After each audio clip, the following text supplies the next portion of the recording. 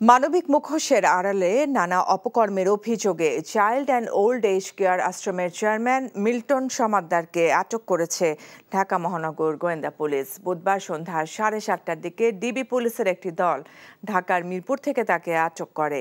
মানব পাচার, বেআইনিভাবে লাশ দাফন সহ তার বিরুদ্ধে নানা অভিযোগ তদন্ত করা হচ্ছে বলে জানিয়েছেন ডিবি প্রধান মোহাম্মদ হারুনুর রশিদ। মইদুল ইসলামের রিপোর্ট। বিকাশে কম খরচে ক্যাশ আউটের লিমিট বেড়ে 50,000, প্রিয় এজেন্টও 2টা।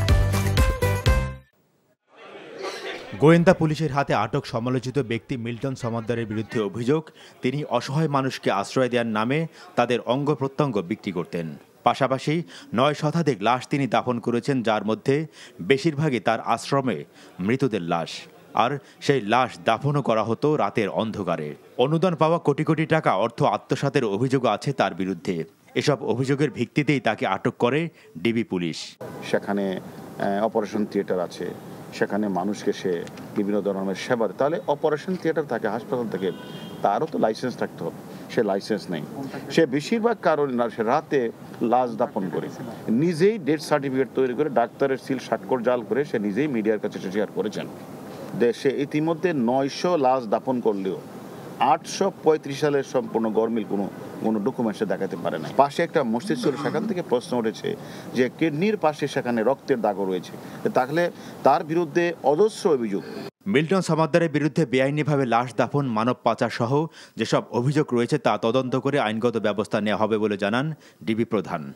এই টর্চার সেলে সে বলেছে তার 2টা আশ্রম রয়েছে, একটা হলো সাভার, একটা হলো সেখানে 500-700 লোক রয়েছে, কিন্তু সে খোঁজ নিয়ে জানা যাচ্ছে সেখানে 20-30 জন 40 জনের বেশি সেখানে লোক নেই। তাদেরকে রিমান্ডে এনে জিজ্ঞাসাবাদ করব যে কত সংখ্যক মানুষ তার এনে চিকিৎসার জন্য গিয়েছিল, কত সংখ্যক মানুষ মারা গেল, সে কি আসলে এই সকল অপারেশন থিয়েটার, সে অপারেশন থিয়েটারের মাধ্যমে সে সেখান থেকে কিডনি বিক্রি করেছেন কিনা। মিল্টন সমাদ্দারের বিরুদ্ধে নানা অপকর্মের অভিযোগের কথা গত কয়েকদিন ধরে মূলধারার গণমাধ্যম এবং সামাজিক যোগাযোগ মাধ্যমে আলোচিত হচ্ছিল। এরপরে বিষয়টি নজরে আসে গোয়েন্দা পুলিশের। মইদুল ইসলাম, এনটিভি নিউজ, ঢাকা। বিকাশে কম খরচে ক্যাশ আউটের লিমিট বেড়ে 50,000, প্রিয় এজেন্টও 2টা।